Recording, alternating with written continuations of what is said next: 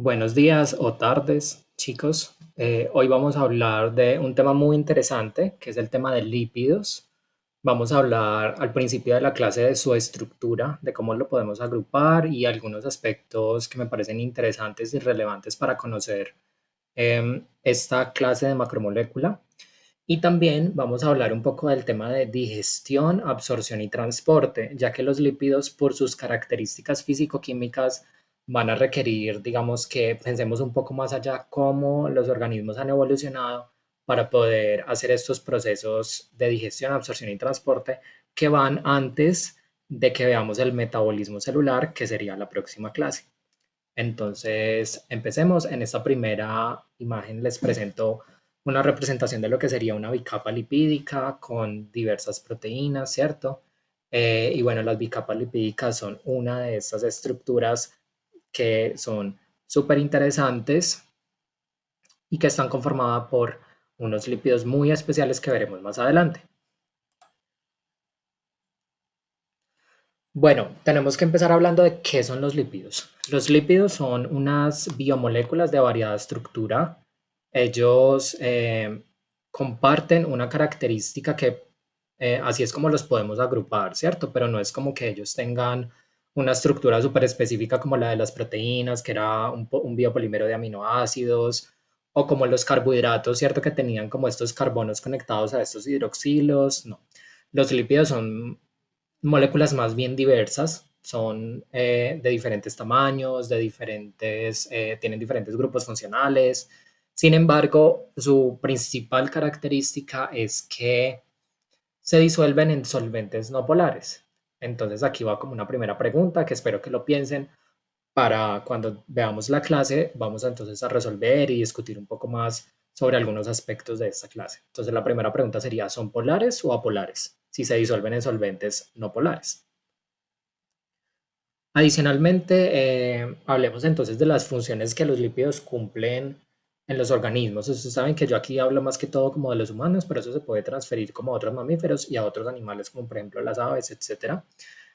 Principalmente tenemos que los lípidos cumplen una gran función de almacenamiento y fuente de energía, es decir, nosotros almacenamos grasa y en esa grasa vamos a tener estos lípidos que luego van a entrar a hacer una especie de metabolismo celular para oxidarse, algo muy parecido al metabolismo de los carbohidratos y de las proteínas, ¿cierto?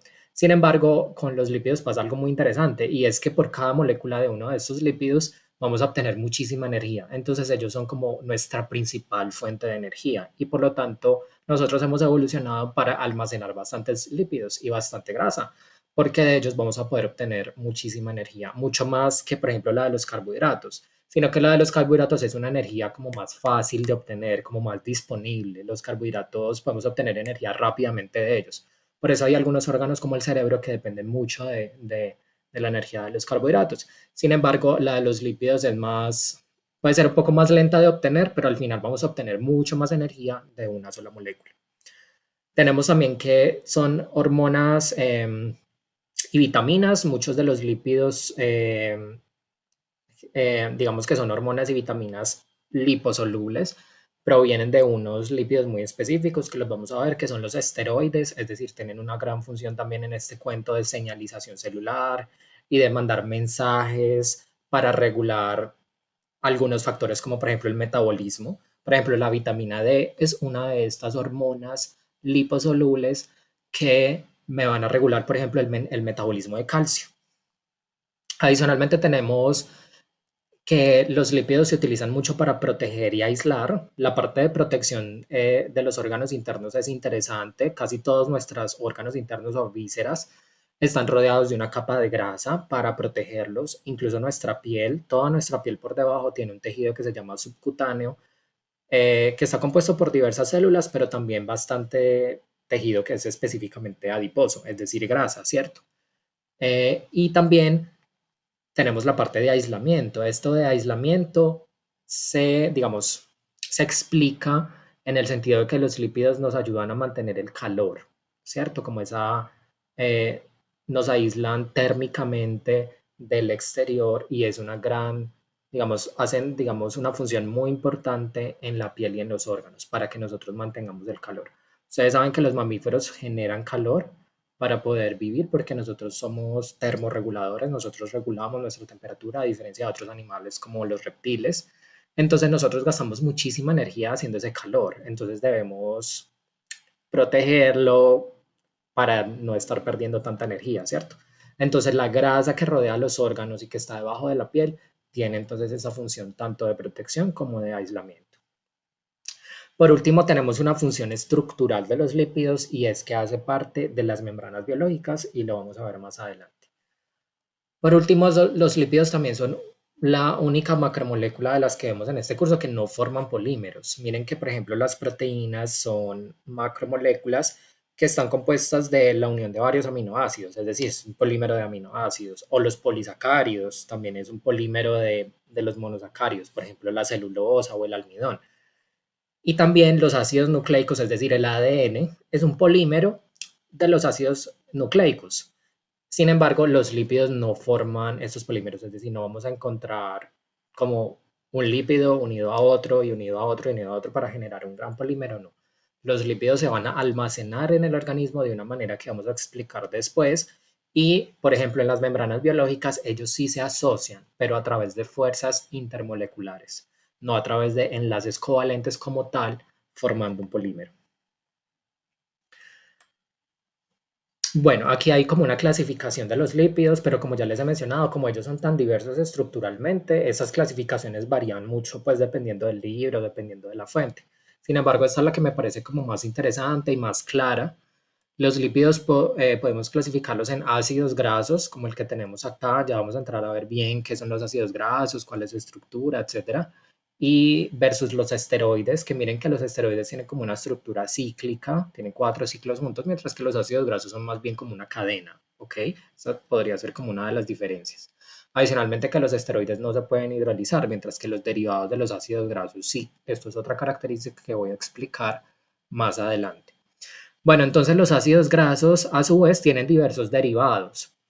Tenemos entonces las ceras, los triacilgliceroles, los glicerofosfolípidos y los singolípidos y hay otros pues que no vamos a entrar en ese detalle, estos son como los más importantes. Sin embargo, voy a hablar a fondo de cada uno de ellos más adelante. Entonces, esto es solamente como un panorama para que ustedes vayan viendo la gran diversidad de lípidos que hay y todos ellos cumplen las funciones que yo anteriormente dije. Por ejemplo, los glicerofosfolípidos hacen parte de las membranas lipídicas, los esteroides son estos que hacen parte no solamente de las membranas como el colesterol, sino que también de allí se sintetizan hormonas, como ya mencioné, o los triacilgliceroles son esta manera de guardar los ácidos grasos en el organismo para la generación luego de energía, ¿vale? Entonces acá tenemos como diferentes estructuras y podemos después relacionarlas con su función. Empecemos entonces por los ácidos grasos. Los ácidos grasos son básicamente una molécula que tiene en un extremo un ácido carboxílico, por eso se llaman ácidos, ¿cierto? Tienen un ácido carboxílico en su extremo, que es una pequeña parte hidrofílica, y este ácido carboxílico está conectado a una larga cadena hidrocarbonada. Miren que esta cadena tiene muchísimos carbonos y son literalmente solo carbonos e hidrógenos. Entonces, por eso le llamo una cadena hidrocarbonada, ¿cierto? De hidrógeno y carbono. Aquí, digamos, estoy representando el ácido láurico, que es un ácido graso específico, ¿cierto? O sea, los ácidos grasos, hay muchos tipos de ácidos grasos, dependiendo como de la longitud de la cadena, etcétera. Y este que estoy representando acá es precisamente el ácido láurico, que es un ácido graso específico. Miren que tenemos una representación en la que yo pongo aquí un paréntesis CH210. Esto quiere decir que se repite 10 veces el CH2. Aquí hay una representación que tiene esto mismo, pero en vez de poner el ácido graso, perdón, el ácido carboxílico así de esta manera como carbonilo con el OH, está expresado de esta manera, que es otra manera de escribir los ácidos carboxílicos, ¿cierto? C o OH. Acá tenemos una estructura en la que yo muestro todos los carbonos de esa molécula y acá hay una que es el esqueleto de lo que es esta estructura de la cual yo les he hablado mucho, que tiene estos ángulos y en cada uno de estos ángulos yo puedo poner un carbono de estos y no represento los hidrógenos, porque yo digo, bueno, este carbono de acá está conectado a este carbono y a este carbono. Yo sé que los carbonos tienen 4 enlaces, entonces yo sé que ahí van a haber 2 hidrógenos, ¿cierto? Solamente que no se representan en este tipo de dibujo, que se llaman esqueletos. Entonces, bueno, aquí hay diferentes formas de dibujar la misma molécula, que es el ácido láurico. Sin embargo, pues, digamos, lo que les quiero que quede claro es que entonces los ácidos grasos son una molécula que tiene un ácido carboxílico en el exterior conectado a una larga cadena hidrocarbonada, que puede ser de un número X de carbonos. Usualmente, digamos, en la naturaleza, esa cadena va de 12 a 24 carbonos. Usualmente es un número par, por ejemplo, 12, 14, 16, 18, etcétera. Y los más comunes son aquellos que tienen 16 y 18 carbonos. Los de más de 18 carbonos son relativamente raros, aunque tienen unas funciones muy importantes. Por ejemplo, regulan el sistema inmune. Y los que están por debajo de 16 tienen otras funciones en otros organismos, ¿cierto? Por ejemplo, en las plantas y en los animales tienen otras funciones. También tenemos ácidos grasos de cadena corta, que serían de los de menos de 12, y también tienen unas funciones muy interesantes que ayudan a regular, por ejemplo, las bacterias que viven con nosotros en nuestros intestinos. Ellas nos ayudan también a producir esos ácidos grasos de cadena corta que también tienen unas funciones importantes en la fisiología de nuestro organismo, principalmente del sistema inmune. Bueno, aquí hay entonces otra representación de los ácidos grasos. Más bien unos ejemplos, ¿cierto? Tenemos el palmitato y el estearato. Observen que estos ácidos grasos están completamente saturados. ¿Qué quiere decir esto? Que sus carbonos tienen los 2 hidrógenos. Miren que todos los carbonos de la colita tienen sus 2 hidrógenos y los enlaces entre los carbonos son simples, es decir, es un único enlace, ¿ok? Entonces a eso se le llaman ácidos grasos saturados por tener esa característica. Tienen enlaces simples entre los carbonos y tienen todos sus hidrógenos. También se les llama hidrogenados porque tienen precisamente estos hidrógenos. De hecho, la palabra saturado se refiere más bien como a saturado de hidrógenos, ¿ok? Sin embargo, miren estos dos de acá, el oleato y el linoleato, ellos son ácidos grasos que son insaturados. ¿Por qué? Porque tienen un doble enlace en alguna parte. Este solamente tiene uno, este tiene dos, ¿cierto? En alguna parte van a tener un doble enlace. Y miren que como tiene el doble enlace, ya no van a tener dos carbonos estos, perdón, dos hidrógenos como estos carbonos, sino que este carbono solamente tiene uno y este carbono de acá solamente tiene un hidrógeno. Entonces, por eso es que se llaman insaturados y tienen propiedades muy diferentes respecto a los saturados, ¿vale? Miren la primera. Esto es una representación en bolas, pues sí, bolas rellenas se les llama así a esta representación de la molécula. Y miren que cuando es saturado, ellos son lineales, pues aproximadamente, ¿cierto? Ustedes saben que los enlaces simples rotan y vibran y se mueven muchísimo. Entonces, eh, es como decir que este ácido graso tiene su colita extendida, ¿vale? Tiene como la cola extendida y así en forma como de un zigzag. Sin embargo, cuando tenemos un doble enlace, acuérdense en que los dobles enlaces son rígidos y que ellos no giran fácilmente. Eso lo hablamos cuando hablamos de estructura de proteínas, ¿cierto? Que ustedes acuerdan que el doble enlace del enlace peptídico hace que por eso ese enlace peptídico esté como en un plano rígido y que no gire tanto. Bueno, es lo mismo que pasa acá. Cuando tú tienes un doble enlace, eso ya no tiene tanta libertad de movimiento como los enlaces simples.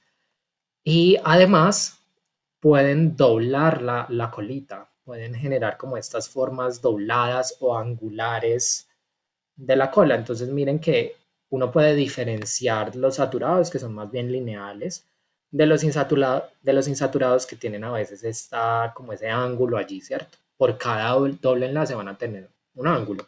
Por ejemplo, este que tiene dos doble enlaces es probable que incluso tenga un ángulo mucho mayor, porque tiene un ángulo acá y luego otro ángulo acá. Bueno, entonces hablemos un poco de los saturados. Acordémonos que los saturados son aquellos con enlaces sencillos carbono-carbono. Aquí tengo entonces, presento el nombre de algunos de ellos. Miren que dependiendo de los átomos de carbono, ellos van a tener unos nombres específicos. Por ejemplo, láurico para el que tiene 12, mirístico para el de 14, palmítico para el 16, esteárico para el 18, etcétera, ¿cierto? Hay muchas fuentes naturales de ellos. Por ejemplo, el ácido palmítico se llama así porque su fuente es del aceite de palma, ¿cierto? Bueno, y algo que me parece interesante es el punto de fusión. Miren que el punto de fusión aumenta a medida de que tú aumenta el número de carbonos. ¿A qué se deberá esto? Esta parte es muy interesante. Resulta que, como ustedes saben, hablemos de las fuerzas intermoleculares, yo que siempre estoy hablando de eso, ¿no? Bueno, miren que la cadena de estos ácidos grasos es una cadena hidrocarbonada. Entonces ustedes ya se podrán imaginar que cuáles son las fuerzas intermoleculares que me podría establecer esa cadena con otra cadena, pues con otra cadena hidrocarbonada de otro ácido graso. Pues interacciones hidrofóbicas, ¿cierto? Es decir, fuerzas de Van der Waals. Entonces, estas interacciones hidrofóbicas, acuérdense que son débiles, pero que se magnifican cuando yo tengo un número grande de ellas, ¿cierto? Entonces, cuando tú tienes varios ácidos grasos, es decir, tienes, digamos, un gramo de estos ácidos grasos, ¿cierto? Que por su punto de fusión tan alto, ellos son sólidos a temperatura ambiente, entonces tienes esos ácidos grasos. Mira que ellos, si tú lo pones uno encima del otro, ellos van a interaccionar a través de las colitas. O sea, esas colitas se empaquetan y forman una serie de interacciones de Van der Waals que hace que esa interacción sea bastante fuerte porque la colita es bastante larga. Y esa colita se empaqueta muy bien porque habíamos visto que ellos son lineales, ¿cierto? O sea, su colita es bastante extendida, entonces me permite que varias colitas se apeñuzquen y ese empaquetamiento me magnifica esas interacciones favorables de Van der Waals. Entonces, por eso es que ellos tienen puntos de fusión tan alto. ¿Qué quiere decir eso? Que yo voy a necesitar mucha temperatura, es decir, mucho calor, que eso finalmente se traduce en energía, para que esas interacciones, para yo poder romper esas interacciones de Van der Waals. Porque ¿qué significa la fusión? Fusión es, tengo esto súper empaquetado y lo necesito romper para pasar este sólido a volverlo un líquido, ¿cierto? Entonces, para que se vuelva un líquido, los ácidos grasos deben estar como cada quien por su lado, como no interaccionando tanto. Y la única manera de romper esas interacciones es que yo ponga bastante energía a través del calor, a través de la temperatura. Entonces, por eso es que el ácido esteárico que tiene una cadena tan larga de carbonos va a necesitar una mayor temperatura porque como tiene una cadena tan larga, esto genera que ese ácido esteárico me va a producir muchas más fuerzas intermoleculares porque tiene más espacio o más carbonos para generar esas interacciones de Van der Waals. Entre más larga la cadena, entonces tú vas a tener más interacciones y como tienes más interacciones es más fuerte el empaquetamiento y la única manera como de romper ese empaquetamiento para pasar de sólido a líquido es que yo le imprima bastante temperatura al sistema. Y por eso es que tienen puntos de fusión tan altos. Esto lo podemos discutir después porque me parece un aspecto físico-químico interesante y digamos la función de ellos se puede afectar eh, teniendo en cuenta pues estas características físico-químicas. Ahora bien, ¿qué pasa con los insaturados? Acuérdense que los insaturados, como tienen estos dobles enlaces que son rígidos y que a veces forman como esos ángulos, ¿se acuerdan? Esas Bs, ellos no son lineales. Entonces, esto me va a generar que ellos no se empaquetan tan bien. Ellos no se empaquetan bien. Y como no se empaquetan bien, ellos, a pesar de tener, obviamente, interacciones de Van der Waals en los puntos en donde se conectan, como no están tan bien empaquetados, la sumatoria de todas esas fuerzas no va a ser tan alta. Es decir, ellos no están como tan empaquetados tan bien y las interacciones de Van der Waals que se establecen allí no van a ser tan fuertes o digamos sumándolas no me va a dar pues como una gran interacción. Entonces por eso es que los puntos de fusión de ellos son tan bajos porque prácticamente eh, no se va a requerir mucha energía para romper esos enlaces porque son relativamente débiles, ¿cierto? De hecho, esos puntos de fusión son tan bajos que ellos son líquidos a temperatura ambiente, ¿cierto? Ellos son líquidos a temperatura ambiente. Por eso aquí ya podemos distinguir un poco entre grasa, que habla más bien de los que son sólidos, versus aceite, que me habla más bien de los que son líquidos. Eso lo vamos a ver más adelante. Aquí hay algunos ácidos grasos que son monoinsaturados, es decir, que solamente tienen un doble enlace, versus los poliinsaturados que tienen muchos, pues tienen más de dos dobles enlaces, ¿cierto? Dos, tres o cuatro. Por ejemplo, el ácido palmitoleico, el ácido oleico son de estos monoinsaturados que están presentes, por ejemplo, en la mantequilla, en el aceite de oliva, en la semilla de uva, y también los poliinsaturados como el linoleico y el linolénico, que están presentes en algunos vegetales como el girasol, la soya, el maíz, etcétera. Eh, Aquí hay una pregunta para que la piensen y que la podamos discutir. ¿Qué significa que el punto de fusión sea menor? Es lo que yo acabo de decir, ¿cierto? Pero sería bueno que mientras usted está escuchando esta clase, intente usted en sus propias palabras responder a qué se debe que ellos tengan un punto de fusión más bajo que los ácidos grasos saturados. Bueno, sigamos los ácidos grasos que son insaturados, ellos van a presentar una isomería que puede ser cis-trans.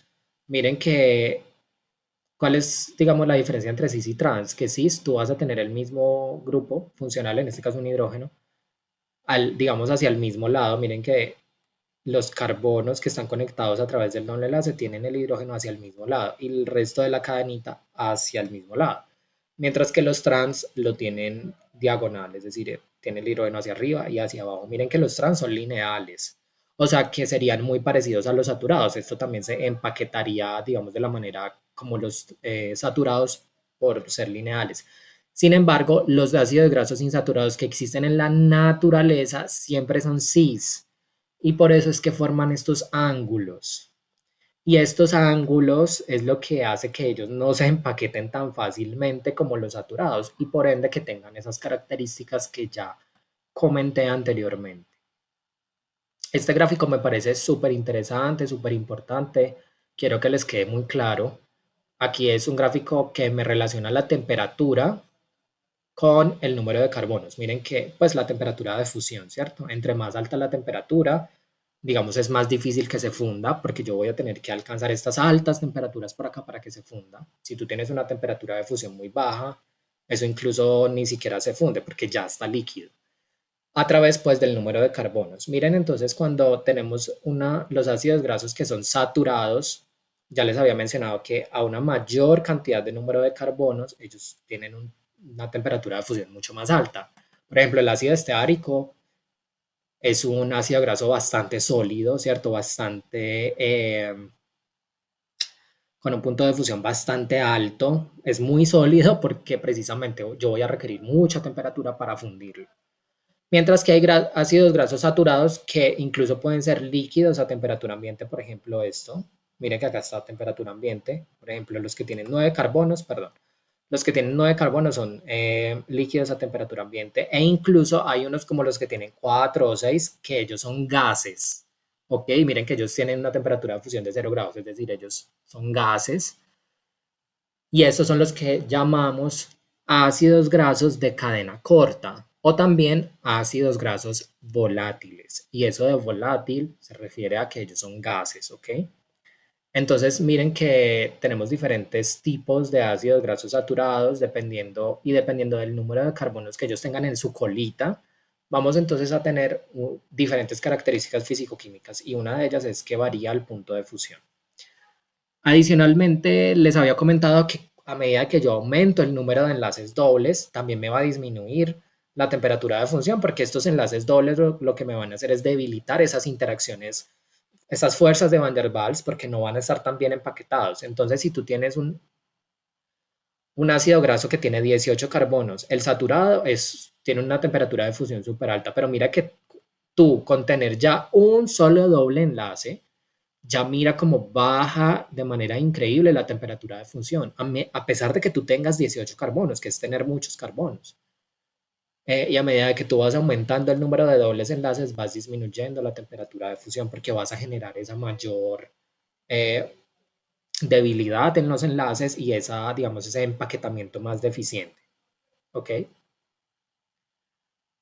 Bueno, yo creo que esta representación de acá es para dejarles mucho más claro esto. Miren, los saturados son lineales, ellos se empaquetan supremamente bien y aquí hacen una analogía que me parece muy chévere, que me la encontré en un libro, que es como las Pringles. Si ustedes han comido Pringles, se van a dar cuenta que esas papas son súper perfectas, ¿cierto? Y que están empaquetadas en un tarrito, porque todas tienen la misma forma. Entonces ellas se empaquetan súper bien Y esa es como una analogía respecto a los ácidos grasos, ¿cierto? Que tienen como esta cadena lineal y miren que se logra pues como que se interaccionen todas estas cadenitas. Déjenme yo que con este programa que me descargue puedo hacer unas líneas.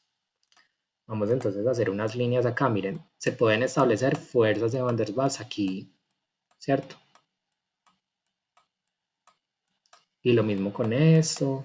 Entonces miren que son muchas fuerzas de interacción y por eso lo representan así como en esta, pues hacen como esta analogía con las Pringles. Mientras que los insaturados como tienen esta forma en forma de B, porque precisamente tienen estos dobles enlaces que rompen como esa libertad de los enlaces simples, los enlaces dobles son un poco más rígidos. Miren que eso es como una maraña, o sea, como las papas que vienen, que venden en bolsa, pues las normales como las margarita o algo así. Obviamente hay puntos de interacción, ¿cierto? Pero esos puntos de interacción son mucho menores que la gran cantidad de puntos de interacción de los saturados y por ende ellos tienen un punto de fusión mucho mayor que los saturados, ¿vale? Aquí hay dos preguntas que me gustaría que entonces lo pensaran, que a pesar de que yo esté diciéndolo acá, intente usted como escribir la respuesta. Escribiendo la respuesta muchas veces uno organiza bien las ideas.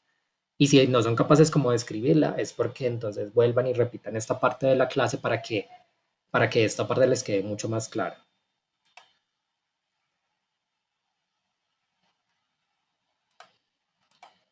Bueno, ay, vean lo que pasó. Voy a corregir esto, ya ven. Bueno, regresé, ya borré esas linecitas que había hecho.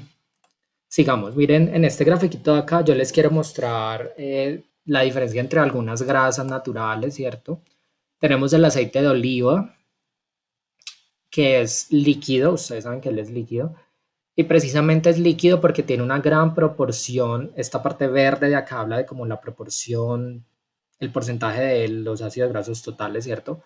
Miren que como el aceite de oliva tiene bastantes ácidos grasos que son insaturados, que son representados por este cuadro verde, por eso es que él es líquido, ¿cierto?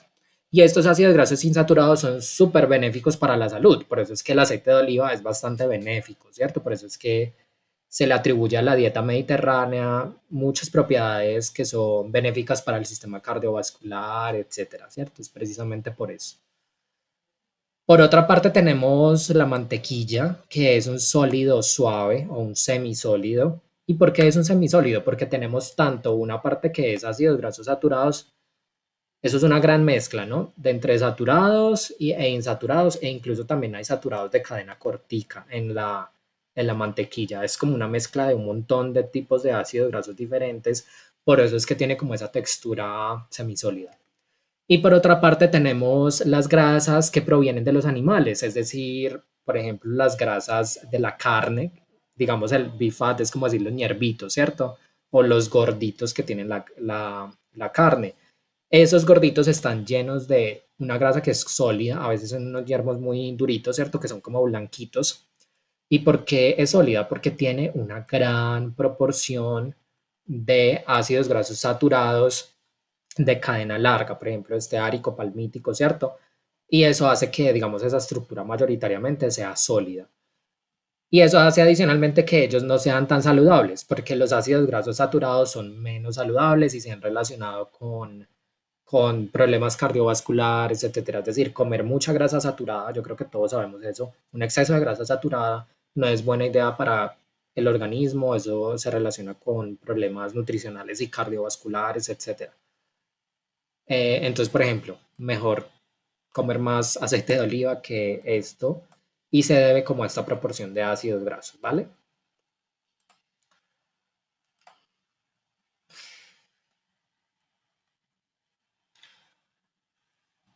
Bueno, en esta diapositiva se las dejo aquí para que cuando yo les mande la diapositiva la vean, la analicen, vean las figuritas, comparen esta con esta, miren cuáles son las fuentes de donde ellos se obtienen, los puntos de fusión, es decir, este MP es lo mismo que decir punto de fusión, en inglés es melting point, para que comparen, ¿cierto? Voy a seguir.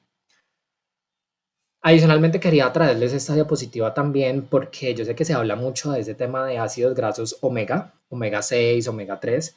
¿Y de dónde vendrá ese nombre? Bueno, resulta que los ácidos grasos poliinsaturados son muy buenos para la salud, em, ¿cierto? Son supremamente buenos para la salud y este número 6, por ejemplo, el de omega 6, es porque tienen el primer enlace doble en el carbono número 6, pero empezando a contar desde el final de la cadena. O sea, desde el final de la cadena empiezo a contar 1, 2, 3, 4, 5, 6.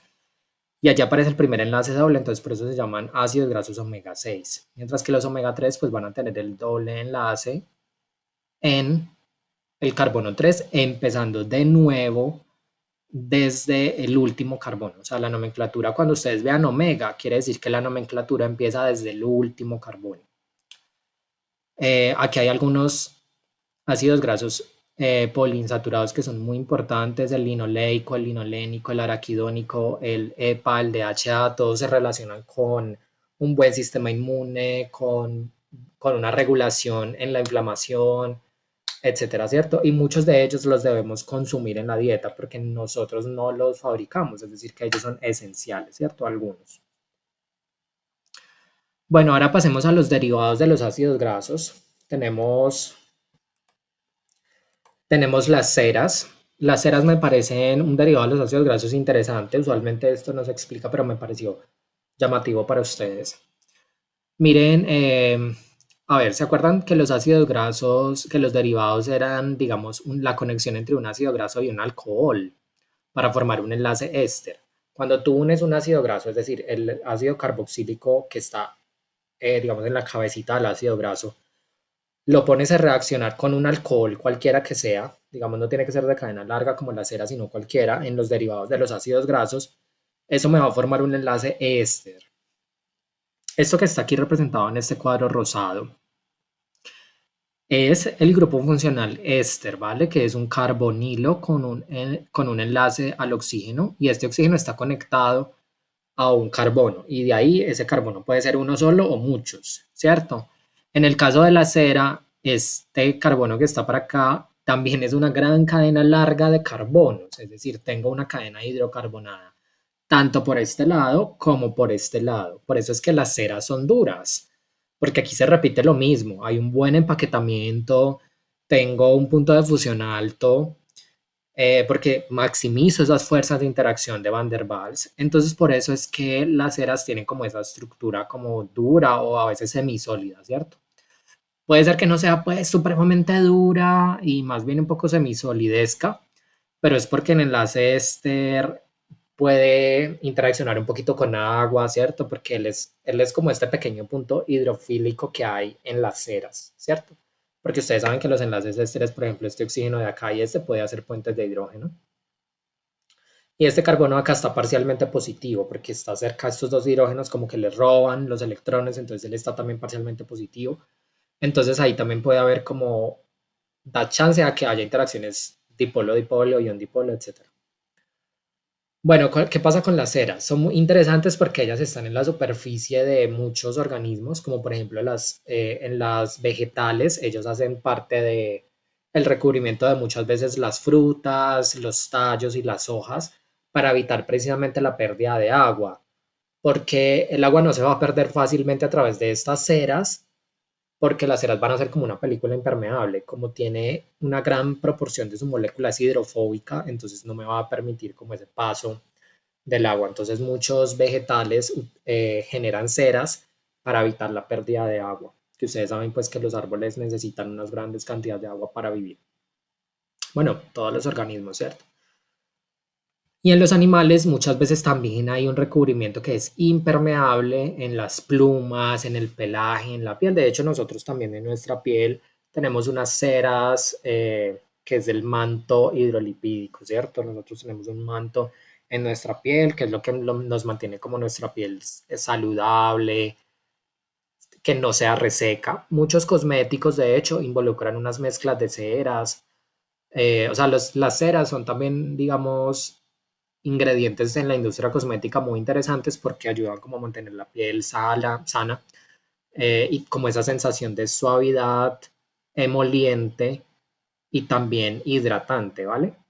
pero no hidratante es como que no es que el producto me genere hidratación, no, sino que es como retener la propia hidratación de nuestra piel, o sea, que nosotros no perdamos mucha agua a través de nuestra piel. Bueno, aquí hay algunos ejemplos pues de varias ceras de abeja, de carnaúba, de jojoba y pues de donde ellos se obtienen pues de los panales de las abejas, de unas palmeras, de unos arbustos y hay muchos usos para las ceras industriales, por ejemplo, cosméticos como les estaba mencionando, pulir zapatos, pulir muebles, pulir los asientos de los automóviles, betún, velas. Muchas velas están compuestas de ceras y de parafinas, que son hidrocarburos. Papel encerado se utiliza mucho en artes, en fin, se utilizan muchísimos, pues tiene muchas aplicaciones. Y miren acá la estructura, ¿cierto? Tenemos el éster en la mitad, tenemos una súper largota cadena de 29 repeticiones de 29 en este, 19 en este, y también una súper largota cadena hidrocarbonada hacia el otro lado, ¿cierto? Tenemos entonces un éster en la mitad y dos cadenas hidrocarbonadas largas. Bueno, pasemos a los triacilgliceroles, que son estos triglicéridos, ¿cierto? Los triglicéridos son súper importantes porque es la manera como nosotros almacenamos los ácidos grasos en el organismo y los almacenamos para la obtención de energía. ¿Listo? Cuando nosotros comemos mucha grasa, en nuestro cuerpo guarda la grasa, ¿cierto? Y la guarda para utilizarla después cuando necesitemos energía, ¿cierto? Y la guarda en forma de triglicéridos. De hecho, pues, digamos, va pues, reduciendo mucho la obesidad, porque la obesidad es una enfermedad muy compleja, ¿cierto? Pero reduciéndola, pues, como a palabras medio simples, pero no es tan así, pero más o menos para que se den una idea, la obesidad se genera por ese desbalance como de la grasa que yo consumo o de la ingesta calórica también versus las calorías que yo elimino. Si yo consumo mucha ingesta calórica, es decir, como mucho, y comer mucho es comer, por ejemplo, mucha grasa saturada y adicionalmente comer mucho azúcar. El azúcar en exceso se almacena en forma de grasa también por unos procesos metabólicos. Entonces, eso me va a generar como que yo estoy almacenando mucha energía en forma de grasa. Y si yo soy sedentario, por ejemplo, si no hago ejercicio, entonces yo casi no voy a tener como un gasto calórico, ¿cierto? Casi no lo voy a tener. Entonces empiezo a acumular y acumular y acumular grasa. Entonces por eso se genera esa enfermedad. Para tener un balance adecuado, lo que se debe hacer es relativamente sencillo. Ingerir la ingesta calórica que yo sé que voy a gastar. Y más o menos eso son como 2000 calorías al día. Si uno ingiere 2000 calorías al día y tú las gastas, no tienes por qué estar aumentando de peso ni acumular más grasa de la necesaria. O si tú te pasas con la comida o con la grasa o algo así, entonces toca hacer ejercicio para hacer más gasto calórico, ¿cierto? Bueno, volviendo a los triacilgliceroles, que también son los llamados triglicéridos, o sea, aquí en la presentación yo voy a estar diciendo triacilglicerol o triglicérido, es lo mismo. Ellos, ¿cómo están formados? Ellos son básicamente, miren acá la representación, pues una representación en cartoon de los triglicéridos. Tenemos el glicerol, que es esta molécula que está acá. Tenemos el glicerol conectado a tres ácidos grasos, por eso se llama triacilglicerol. Tri viene pues de tres y acil viene de que son tres ácidos grasos y glicerol pues viene de que están conectados a un glicerol. El glicerol es un alcohol muy pequeño, es un trialcohol, mire que tiene tres OHs, o sea, tres alcoholes, y estos alcoholes se van a reemplazar o van a servir como de anclaje para los tres ácidos grasos. ¿Listo?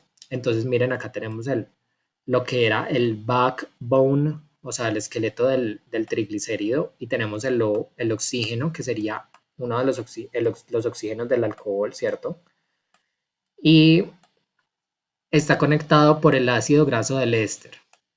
Perdón, por el ácido graso, perdón, por el ácido carboxílico del ácido graso. Entonces, los triacilgliceroles básicamente se forman por una reacción de esterificación entre el ácido carboxílico que está en la cabecita de los ácidos grasos conectado por medio de los alcoholes del glicerol. Y eso forma este grupo funcional que se llama éster, que ya lo hablamos, ¿listo? Bueno, esta parte de acá es solamente como para aclarar, porque miren que tú puedes tener un triglicérido que esté compuesto de tres colitas diferentes. Acá tenemos esteárico, acá tenemos oleico y acá tenemos palmítico. O sea, no necesariamente tiene que ser la misma colita como está representada acá, sino que puede ser diferentes ácidos grasos conectados al mismo glicerol, ¿cierto? O sea, es decir, los triglicéridos pueden ser muy diversos porque puedes tener diferentes ácidos grasos conectados allí, pues a esa colita.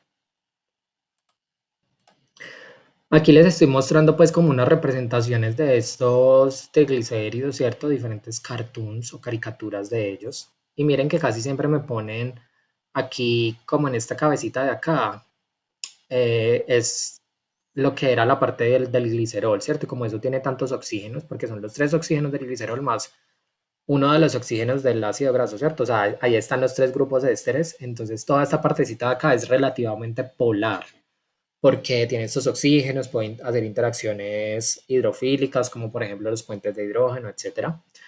Y ellos están conectados entonces a estos tres ácidos grasos, que es como esa parte apolar de los triglicéridos, ¿cierto? Obviamente por esta larga cadena hidrocarbonada que se repite tres veces. Cabe mencionar que en la naturaleza también existen monoglicéridos y diglicéridos, es decir, cuando solamente tienen una cadenita o cuando tienen dos, ¿cierto? Solamente que los triglicéridos son los más usuales encontrados almacenando la energía porque estás ocupando los tres espacios. Es decir, una sola molécula de triacilglicerol pues tiene, entre comillas, es más efectiva guardando porque tiene tres ácidos grasos conectados. Eventualmente esos ácidos conectados se van a poder liberar para utilizarse en el proceso de obtención de energía, que es lo que van a ver la próxima clase. Bueno, esto es lo que les estaba mencionando de cómo es la reacción de ellos. Miren que tenemos el glicerol acá que reacciona por medio del ácido carboxílico, pues no por medio, reacciona con el ácido carboxílico del ácido esteárico y miren que la reacción de este ácido carboxílico con este alcohol es un proceso de esterificación en el que se elimina una molécula de agua, se va este hidrógeno de acá con este OH de acá y me genera agua, entonces se generan tres aguas al yo reemplazar los tres OHs del glicerol y por lo tanto entonces esto también es una reacción de condensación, así como cuando hacíamos los enlaces peptídicos, ¿cierto? Obviamente los enlaces peptídicos son con un ácido carboxílico, con una amina, no con un alcohol, pero también se genera, es un proceso muy parecido, ¿cierto? Observen que la amina en los enlaces peptídicos también generaban un proceso no de esterificación, sino de amidación, pero al final de cuentas es muy parecido porque también se elimina una molécula de agua. Y de la misma manera, como yo elimino agua, puedo utilizar agua para romper el enlace, ¿cierto? O sea que yo puedo hidrolizar estos triglicéridos para liberarme los ácidos grasos libres. Este rompimiento mediado por agua, es decir, una hidrólisis, puede ser catalizado por ácido, es decir, yo puedo coger un triglicérido, meterlo al agua y ponerle ácido y eventualmente voy a empezar a obtener los ácidos grasos libres, es decir, voy a romper el triglicérido.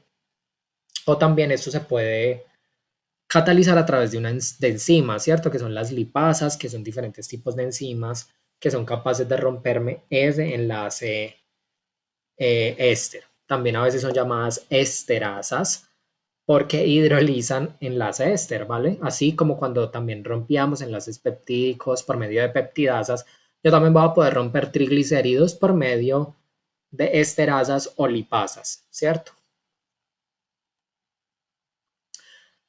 Bueno, aquí es otra propiedad de los triglicéridos. Como ellos están compuestos de ácidos grasos, pues se repite la misma historia que los ácidos grasos.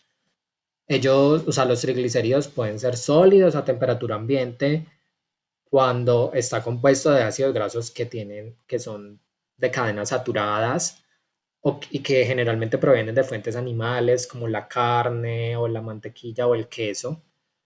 Mientras que Los aceites son aquellos triglicéridos que son líquidos a temperatura ambiente y que generalmente provienen de algunas fuentes vegetales, ¿vale? Eh, y que usualmente tienen una mezcla como de saturados e de insaturados, como ya lo he venido explicando con anterioridad. Bueno, aquí hay un gráfico también que ahonda un poco en ese tema. Miren que, por ejemplo, tenemos los sólidos como el cebo de res, la mantequilla, los triacilgliceroles que están en el coco y los líquidos como el de oliva, canola, soya, girasol, cártamo y maíz. Y miren que tienen unas grandes como diferencias o proporciones de diferentes tipos de ácidos grasos. O sea, tenemos poliinsaturados, monoinsaturados y saturados. Y dependiendo obviamente de esas diferencias, vamos a tener no solamente un cambio físico-químico, es decir, sólido o líquido. Ya sabemos que los sólidos es porque tienen mucha grasa saturada. Miren que la barra azul es súper alta. Y que los líquidos, al contrario, casi no tienen saturada y más bien insaturados, ya sea poli o mono insaturado. Sino que esto también me va a dictar como ese valor nutricional, ¿cierto? Estos de acá saturados son menos, o sea, se relacionan con una nutrición menos adecuada, mientras que los de acá con una más adecuada. Por eso es que miren el de oliva. El de oliva es básicamente una fuente de monoinsaturados supremamente buena y esos ácidos grasos monoinsaturados son muy importantes en el correcto funcionamiento del sistema inmune, como ya lo he dicho, etcétera. Obviamente, si ustedes van a utilizar aceite de oliva, el aceite de oliva se debe consumir tal cual. No lo vayan a calentar y utilizar para fritar o para cocinar, digamos, con alta temperatura, porque esos enlaces dobles son bastante susceptibles a, a romperse gracias a la temperatura o gracias a la oxidación. Entonces se va a perder como sus propiedades benéficas, que dependen precisamente de esos enlaces dobles. Si se me rompen o si se me oxidan, ya no voy a tener como esas propiedades benéficas. Adicionalmente, los aceites que se oxidan se ponen rancios. Eso es una reacción que se llama rancidez. Y ustedes saben que los ácidos grasos oxidados empiezan a oler feo y no saben bien, ¿cierto? Entonces, en conclusión, no utilicen aceite de oliva para cocinar y freír o algo así, sino que eso va como directo. O sea, pónganlo en ensaladas o cosas así y lo comen directo. Esa es la mejor manera de aprovechar eh, digamos, esa gran cantidad de ácidos grasos monoinsaturados que está presente en este aceite. Bueno, hasta allí entonces va la parte de triglicéridos y de ceras, que son unos de esos derivados de los ácidos grasos. Y ahora vamos a hablar de la última, que son los fosfolípidos, ¿cierto? Los fosfolípidos son este último grupito de ácidos grasos, pues de esos derivados de ácidos grasos. Miren que acá tenemos entonces el triglicérido, que es el que acabamos de explicar. ¿Y cuál es la diferencia entonces con los fosfolípidos? La diferencia radica básicamente en esta parte de acá. Porque miren que ellos también tienen ácidos grasos, pero en vez de tener tres como el triglicérido, tienen solamente dos. Y el otro, digamos, el otro alcohol que estaba aquí en el glicerol, en realidad va a interactuar es con un fosfato y luego ese fosfato con un aminoalcohol. Por eso se llaman fosfolípidos, porque tiene un fosfato acá, ¿cierto? Bueno, y los aminoalcoholes pueden ser de muchos tipos. Usualmente son moléculas que se pueden ionizar. Miren que tiene acá una carga positiva. Este tiene una carga positiva y una carga negativa. Acá tenemos algunos ejemplos, la colina, la serina, la etanolamina, y son alcoholes pequeños que tienen una amina, por eso se llaman aminoalcoholes, ¿cierto? Miren, amina acá y acá tienen otra amina, ¿cierto? Ellos usualmente son ionizables, como ya lo había dicho, y entonces eso hace que la molécula de los fosfolípidos tenga una cabecita que es polar, que se debe precisamente a estos aminoalcoholes y que tenga una parte que es apolar, que se debe a estos dos ácidos grasos. Las fingosinas, otro tipo de fosfolípidos, pero bueno, no vamos a entrar como en el detalle de esto, eso es un poquito más avanzado, quedémonos solamente como con los fosfolípidos, que es como el básico. Las esfingosinas y otros fosfolípidos son parecidos, ¿cierto? Bueno, siguiendo, acá tenemos unos ejemplos ya específicos de algunos fosfolípidos. Tenemos la lecitina y la cefalina. Miren que la lecitina entonces tenemos acá el glicerol conectado con los dos ácidos grasos, que es la parte no polar, ¿cierto? Del fosfolípido. Y una cabecita que es una parte polar, que en el caso de la lecitina es una colina, ¿ok? Esta es la parte pues colina y conectado por el fosfato. En este caso son unos enlaces fosfodiéster, parecidos como los que están en el ADN, ¿cierto? Y aquí hay otro ejemplo que es la cefalina, que en vez de tener una colina, tiene es una etanolamina, pero también es otro aminoalcohol, ¿cierto? Pueden ser como, pues esto varía mucho dependiendo como del tejido, etcétera. Ustedes saben que los fosfolípidos hacen parte pues de las membranas biológicas, pero cada célula, dependiendo de cada tejido, va a tener como una proporción diferente de esos diferentes tipos de fosfolípidos. Y aquí hay una representación más pictórica que me gusta porque nos comenta de esta naturaleza anfipática que tienen los fosfolípidos, ¿cierto? Tenemos entonces acá de nuevo la cabeza polar que se refiere a esta parte que tiene el fosfato más el aminoalcohol y las dos colitas que son colas no polares que son compuestas de esas colas hidrocarbonadas que provenían de los ácidos grasos, ¿cierto? Bueno, entonces, ¿por qué se le llama naturaleza anfipática? Porque una molécula anfipática quiere decir que tú tienes en la misma molécula una parte que es polar y otra parte que es no polar. Y esa característica es súper importante para revisar cómo ellas se agregan en un ambiente acuoso. Y esto es lo que explica por qué se forman las membranas biológicas. Porque se intenta como maximizar las interacciones favorables que tienen las colas no polares, por eso es que se empaquetan y se genera como esa bicapa lipídica y se exponen esas cabezas polares, porque a esas cabezas polares les gusta estar en contacto con el agua, con el medio. Y así, y por esa razón es que se forman las membranas, ¿cierto? Todo es un juego de interacciones intermoleculares, de fuerzas intermoleculares, como yo tantas veces lo he dicho en este curso, ¿cierto? Es muy importante entender bien ese tema de fuerzas intermoleculares para comprender cómo las macromoléculas, las biomoléculas, ejemplo, los lípidos, se organizan en una célula y en los tejidos y en los organismos. Bueno, esto es otro grafiquito pues que muestra un así pues un fosfolípido, ¿cierto? Tenemos la cabeza polar, el glicerol, todo esto sería como la cabecita polar, que sería glicerol, el fosfato y el sustituyente, que es estos aminoalcoholes que son diversos, con las diversas colitas de ácidos grasos que son dos, pero pueden ser de diferentes, ¿cierto? Por ejemplo, aquí hay, este es un ejemplo con ácido palmítico que es saturado y un ejemplo cuya otra colita es un ácido linoleico que es insaturado.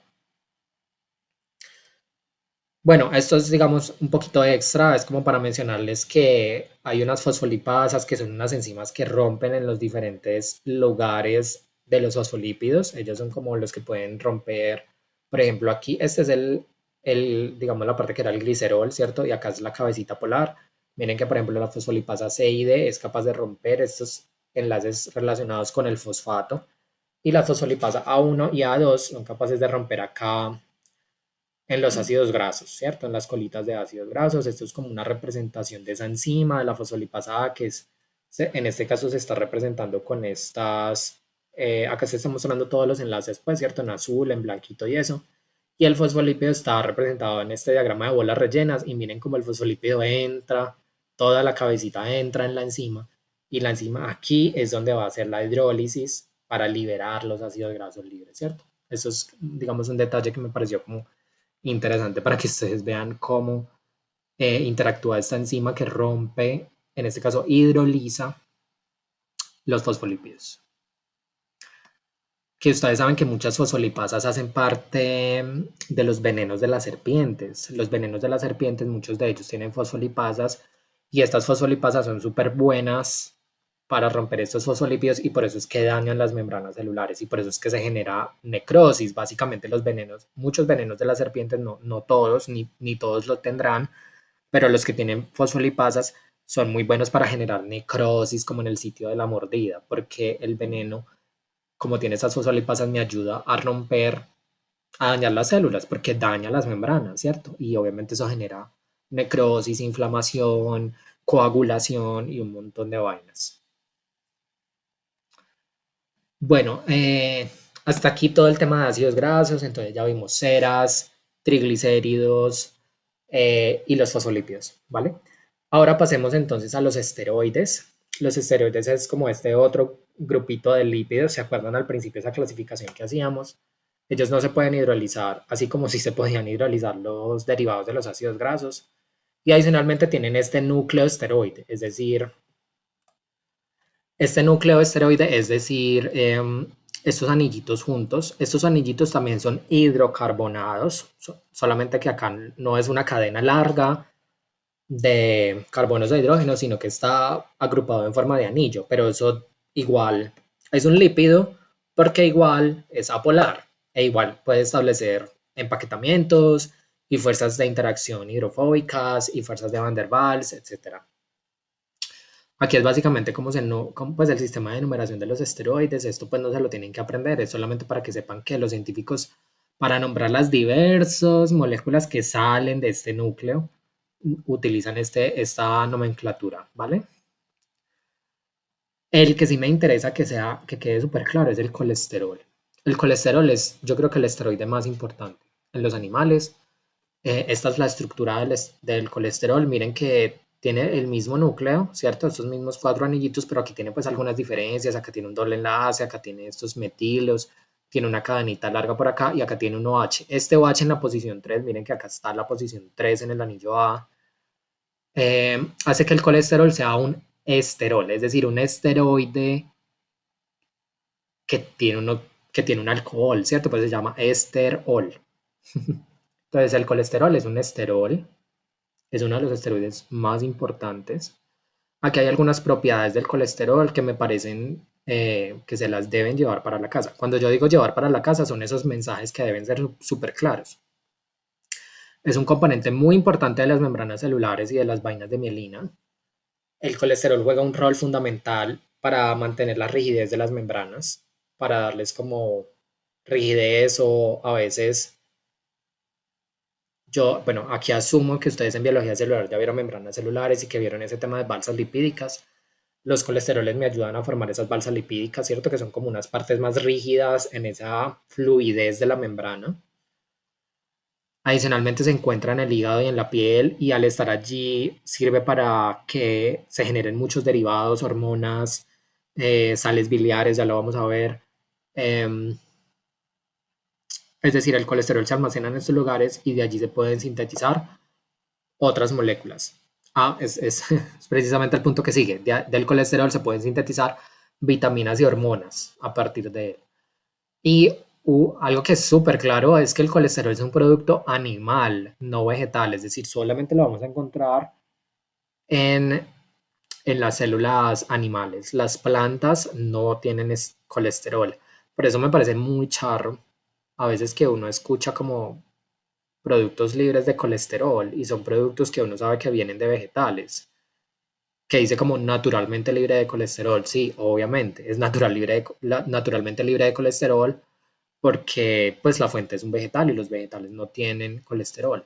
Obviamente los vegetales en sus membranas y todo esto tienen otros esteroles, no necesariamente colesterol, ¿cierto? Pero ellos, obviamente los vegetales también tienen muchos esteroides y tienen muchos derivados de esteroides, pues que no son precisamente colesterol, pero tienen otros. Uno de estos esteroides que también me parece importante, aparte del colesterol, es las sales biliares.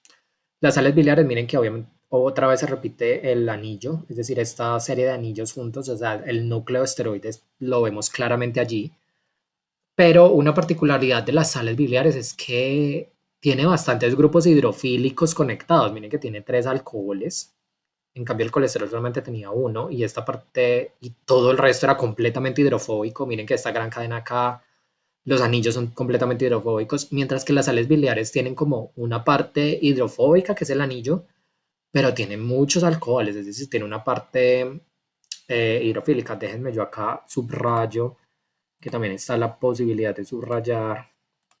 Entonces, miren, la parte hidrofílica sería esto,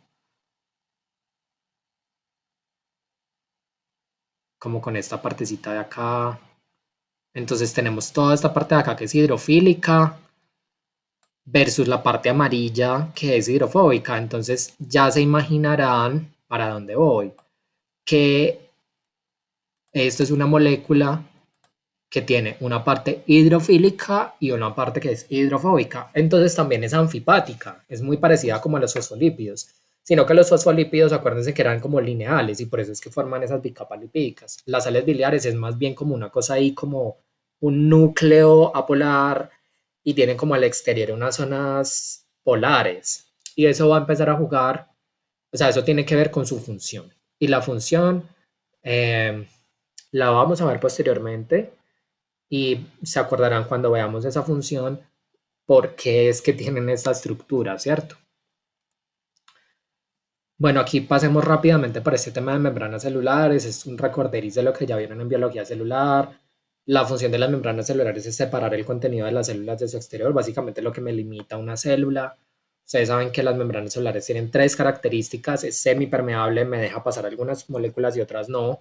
Adicionalmente, se forma o su estructura es una bicapa lipídica, o sea que tiene una partecita arriba de fosfolípidos, mírenlos acá con sus dos colitas y sus cabecitas polares, e interacciona con las colitas de la otra parte de la capa, ¿cierto? De la bicapa, y esto entonces genera como este sistema que es lo que rodea finalmente las células. Y obviamente dentro de las células también tenemos membranas. En el caso de los eucariotas tenemos el núcleo, el aparato de Golgi, el retículo endoplasmático, etc.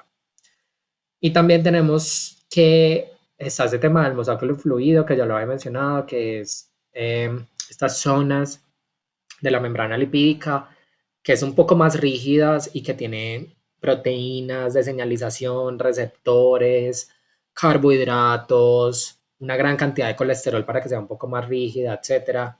Aquí estaba la pregunta de cuál es el papel del colesterol, ya lo dije, si llegaste hasta este punto y todavía no te queda claro cuál es el papel del colesterol en las membranas celulares, es algo que regrésate a cuando yo estaba hablando de eso porque me parece súper importante. Obviamente el colesterol tiene muchas funciones, en general en muchas partes del organismo, pero aquí estamos hablando pues del papel del colesterol en la bicapa lipídica, ¿cierto? De las células.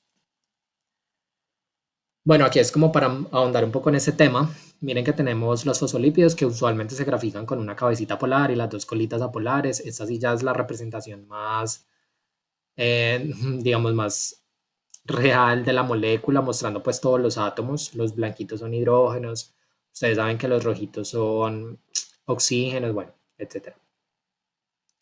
Y mira cómo ellos juntan sus colitas apolares en el interior, ¿cierto? Porque a ellas no les gusta estar en contacto con el agua, estas colitas son bastante hidrofóbicas, quieren establecer interacciones hidrofóbicas y por ello es que ellas se juntan, mientras que las cabecitas están en contacto con el agua porque les gusta, estas cabecitas son bastante polares, acuérdense que eso tenía un aminoalcohol, un fosfato, un montón de oxígenos, todo eso ayuda a que quieran interaccionar con el agua.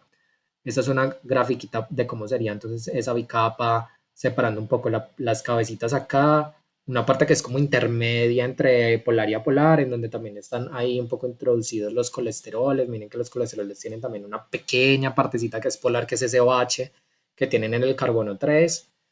Y todo el resto de dentro de la membrana es esa, digamos, amalgama de colitas, ¿cierto? Mucha gente la representa así, pues, súper organizaditas, pero ustedes saben que ellas se mueven mucho, como tienen estos enlaces simples, y cuando tienen esos enlaces dobles, como este que están como medio representando acá, es porque tienen como esa rigidez, esa patica ahí como salida. Entonces, eso hace que eso no sea, pues, supremamente empaquetado, ¿no? Aquí hay pues una representación que me pareció bonita pues de una membrana con todas las proteínas incrustadas. Miren que ellas pueden pasar de un lugar al otro, de el exterior al interior de la membrana, de la célula, perdón. Y también a veces tienen carbohidratos. Estos carbohidratos se utilizan mucho para señalización celular, mensajería, etcétera. Y acá observen, esto me parece interesante.